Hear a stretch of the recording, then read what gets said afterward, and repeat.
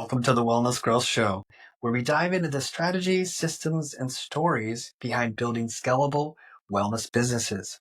I'm your host, Scott Schumann, growth partner to wellness and health tech founders who are moving beyond one-to-one delivery and into organizations, employers, and institutions. Each week, I sit down with the people actually doing the work, founders and operators growing mission-driven platforms that create real impact and sustainable revenue. Whether you're pivoting from B2C, landing your first corporate wellness contract, or scaling into institutional partnerships, this show is here to meet you where you are, with honest insights, tactical conversations, and zero fluff. Let's get into it. Okay, so today we are sitting down with Joe Muirhead, allied health practice founder of Purple Company. Welcome, Joe. Lovely to have you here. Thank you, Scott. Looking forward to this conversation. Not nervous at all. Just really looking forward to it. Yeah, let's dig in. So Yeah. you started Purple Company by asking for the most complex, too hard cases. What inspired you to take on those clients like no one else wanted? I now looking back on it, I'm like, that was pretty brave and ballsy, Joe. Well done. So I'm a rehabilitation counselor by qualification, and predominantly my work has been helping people to return to work, like re-engineer a job, find a new job, go back to a job. And this is usually in the personal injury space.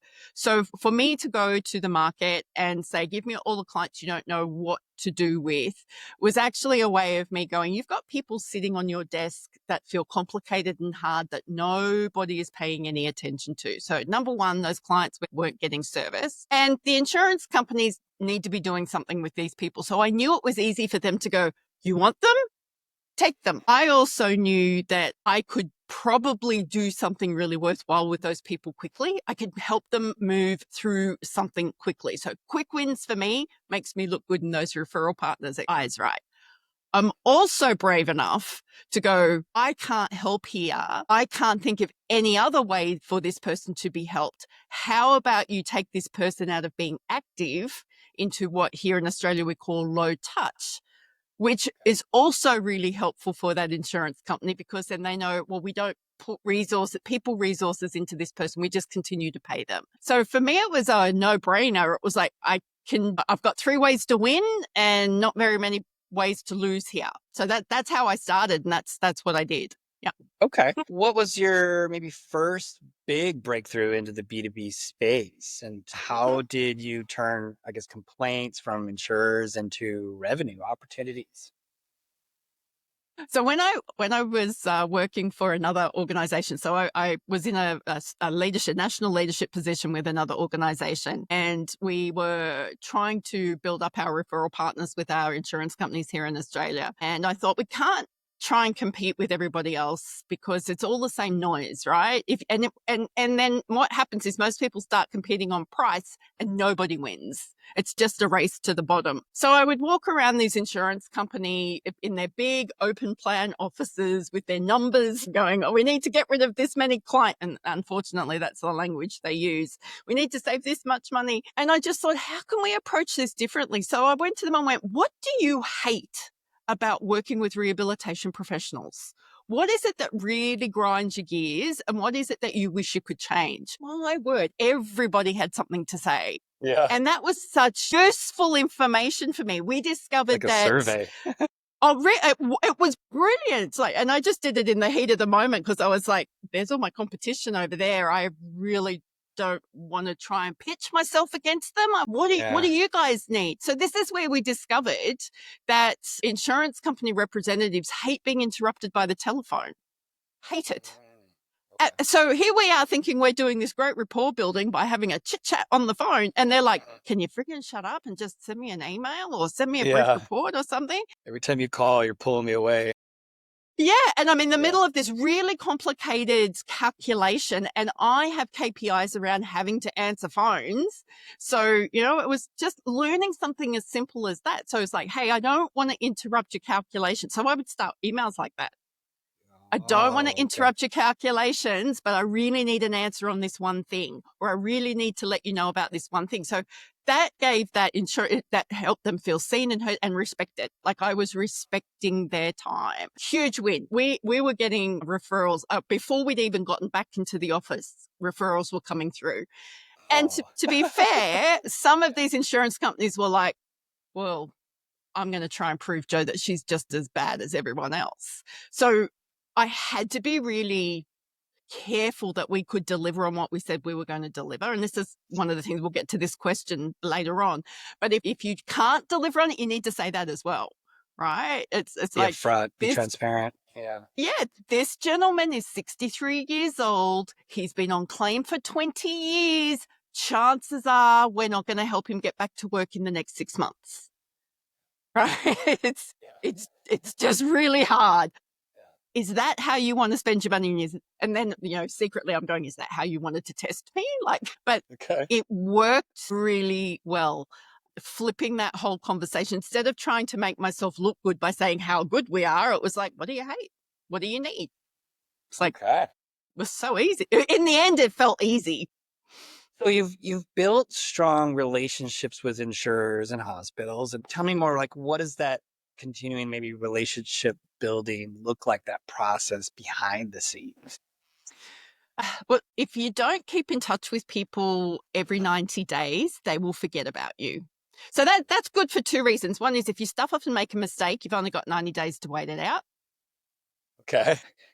And the other, if you're not keeping in touch with people every 90 days, then they're going to forget about you. Okay. And that's true today. That's true today. So I would be listening in conversation. So for me, it's not a transaction. I'm about building relationships. This is why I go and say, what sucks about my profession and how can I make it better? If I just wanted a transaction, it'd be like, give me 10 of your hardest clients right now. Let me see if I can do something with them by next week, right? Transaction versus relationship, really, really big difference. Okay. So behind the scenes, it was taking notice of things like birth dates, like favorite coffees, whether they've got a dog, are they a dog or a cat person?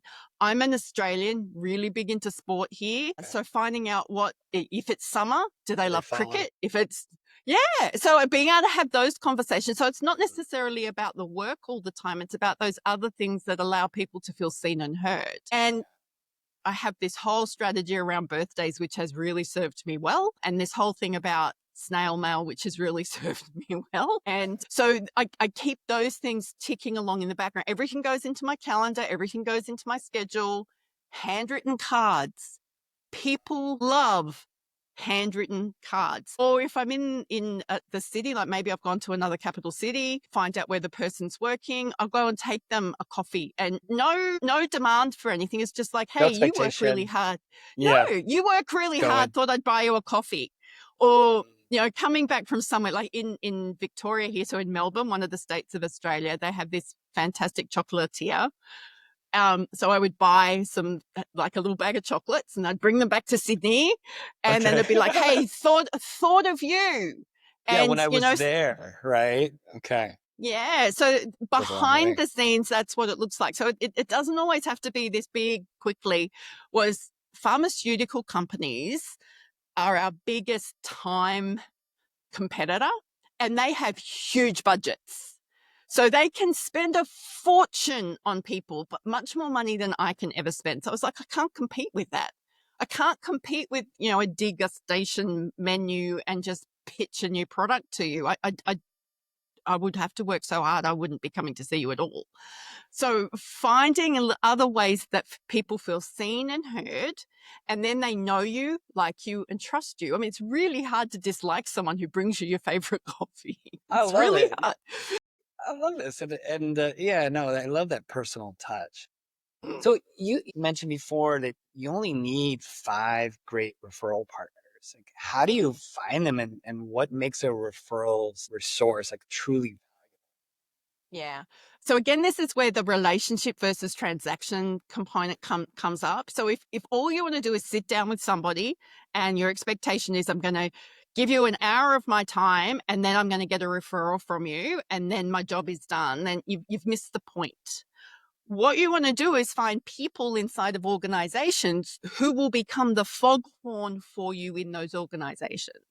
So you might start with one claims assessor in an organization or one human resource professional in an organization, and you'll go, hey, I'm thinking about your colleagues on your team, or you find out how big the team is first, right? Have your colleagues got other people that they're struggling with? Is there anyone else on your team that you think would find some benefit from getting to know me, and maybe I can help them sort out a problem that they've got? So all of a sudden that one person goes in, and if they're in a team of 10, they're talking to 10 people. Now, Yeah. you don't have to go and meet those 10 people initially. You've got that one person going, look, Joe's really awesome. She's helped me sort out this problem. And I'm going to get Joe in to come and help me sort out this other problem. And then all of a sudden, those team members are going, well, could she come in and help us do this? Could she come in and help us do that?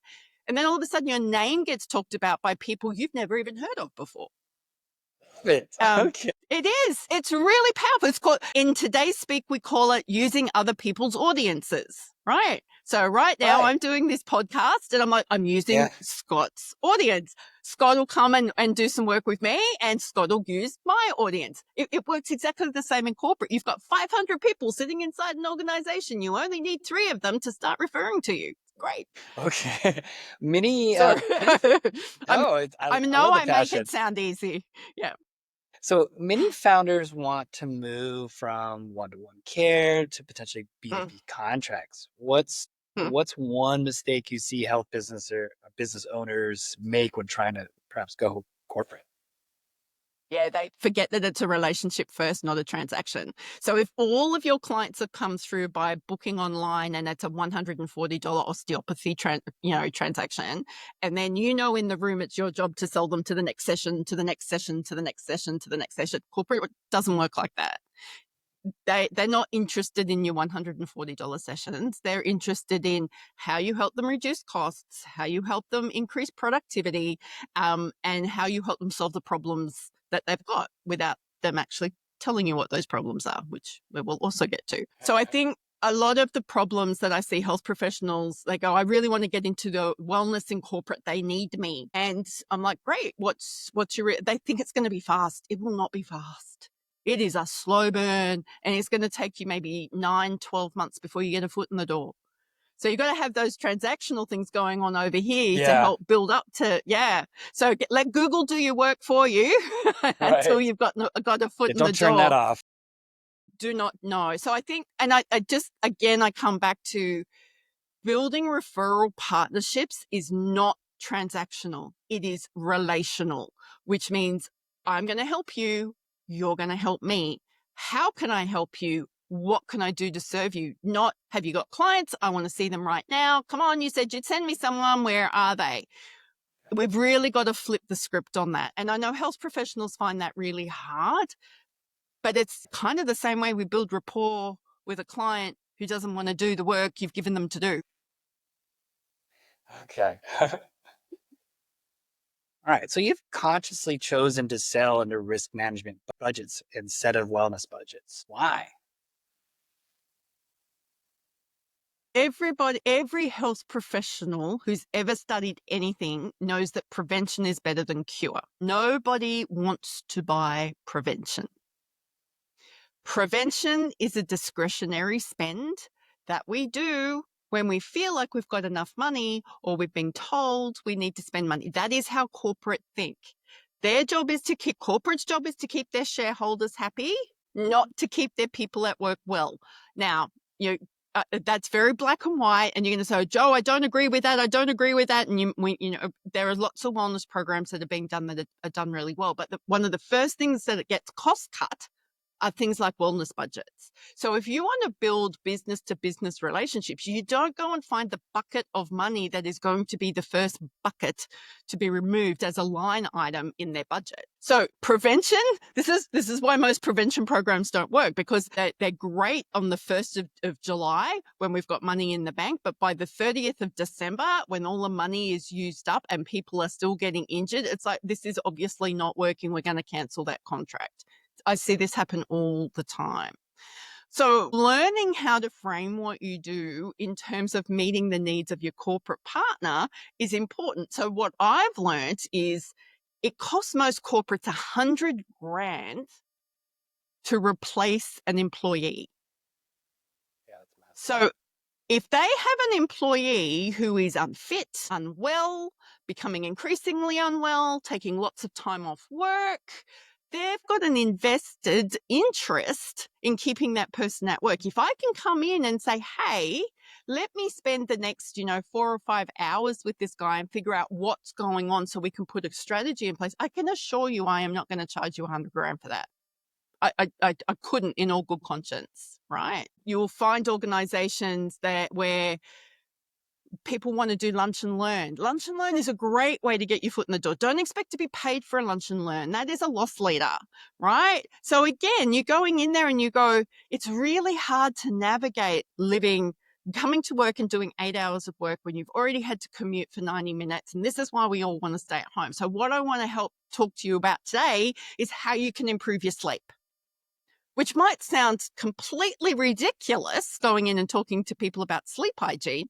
But when you present it as I can help your people be more productive because they're well rested, then all of a sudden people are going, wait, what? Things like people sit a lot more. We know that sitting is bad. Sitting's the new smoking and all of that sort of stuff. But having a standing desk isn't enough. It's just not good enough. And in reality, you actually don't need one. So what is it that you can do to come and help these organizations look after their employees so they're more productive, not getting, squished in the middle and feeling flat and needing to live on caffeine and sugar? And what are the simple things that you can do to help them break their postures up during the day? You start giving people a feel for what life could be like if they engage you. And all of a sudden it's like, holy moly, why did we not have that before now? And then you can start asking for data, like how many slips, trips and falls have you had? Have we seen a reduction in that? How many occupational stress claims or psychological injury claims have we got? Can we see a reduction in that data? Where else are you noticing problems? And start asking for the data, because if you can take what you do into data, you can start speaking in terms of transformation. And if you can turn that into a return on investment, you're in. That kind of sounds like leads into how you position your offer by getting those data points and better understanding what's going on behind the scenes. Okay. Love it. Absolutely. And you don't have to it's like, Joe, like Google's never going to give me that data. Well, no, not until they trust you. Why would they give it to you? But there's enough research on the World Wide Web for you to actually go and say, this is what Harvard Business School is reporting are the problems in businesses like yours. Are you seeing the same thing? So it shows that you're actually interested, right? Yeah, and you're finding some commonalities. It's like, are you guys, they must be experiencing it too. How are you handling it, kind of thing? Yeah, how are you handling it? If this isn't an issue for you, wow, that's wonderful. How did you solve the problem? Okay. So you no longer see clients yourself. What did it take to step back from clinical work? And how are you operationalizing the business to run without you?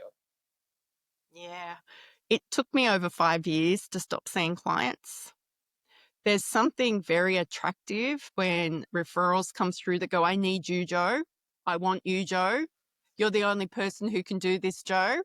My ego would get in the way and I go, of course I can help that person. Yeah, I found it very, very difficult. And I had this talk going on in my head that said, for me to be a good business owner, a health business owner, I still needed to be on the tools. For me to understand my staff and understand my team and understand the people that I mentor, I need to be on the tools. I don't necessarily agree with that anymore.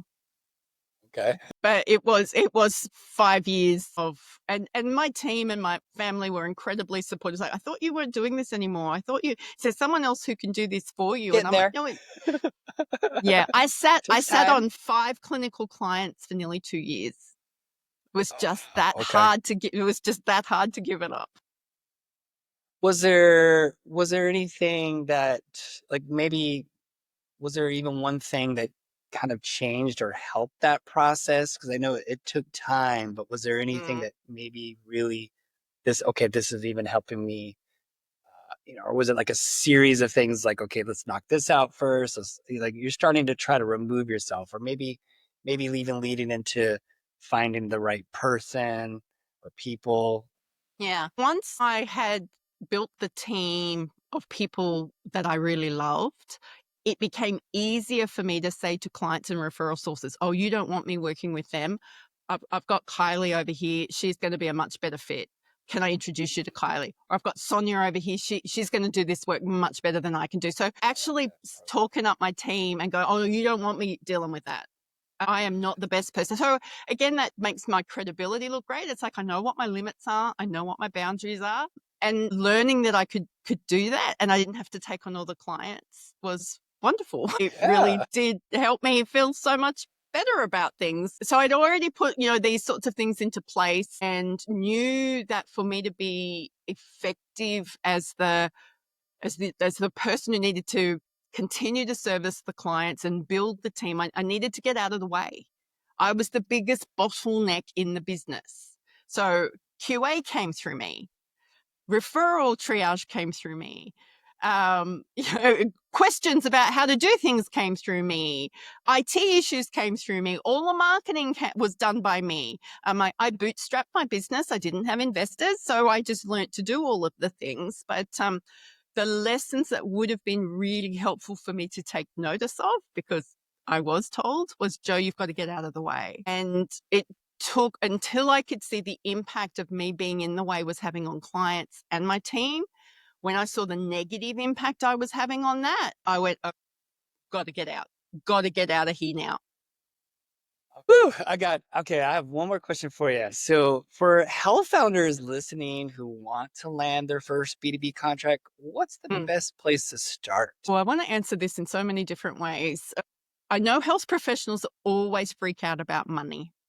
So you need to understand that this will not be a quick fix. So the best place to start is have another referral source that is ticking over, that doesn't require 100% of you 100% of the time, so that you can actually go and spend the lead time that you need to go and build some relationships. So to get 5 referral partners, it may take you 20 people before you find your 5.